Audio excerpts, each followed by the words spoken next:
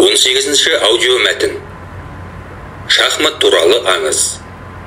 Шахмат ақыл-ой мен халық шығармашылығы негізінде пайда болған ең танымал әрі қызықты спорт ойыны. Ойын тұңғыш рет Үндістанда пайда болған. Ежелден келе жатқан аңыз бойынша, шахматты ең алғаш болып біздің дәуірімізге дейін 1000 жыл бұрын үндістандық математик ойлап тауыпты. Шахмат ойынының алғашқы аты чатуранга. Шығыста ел билеуші патшаны шах деп атайды. Ал мақ өлді деген сөз екен. Сонда шахмат сөзін патша өлді деп аударуға болады. Шахмат тақтасы ақ және қараға боялған бірдей 64 тор көзге бөлінеді.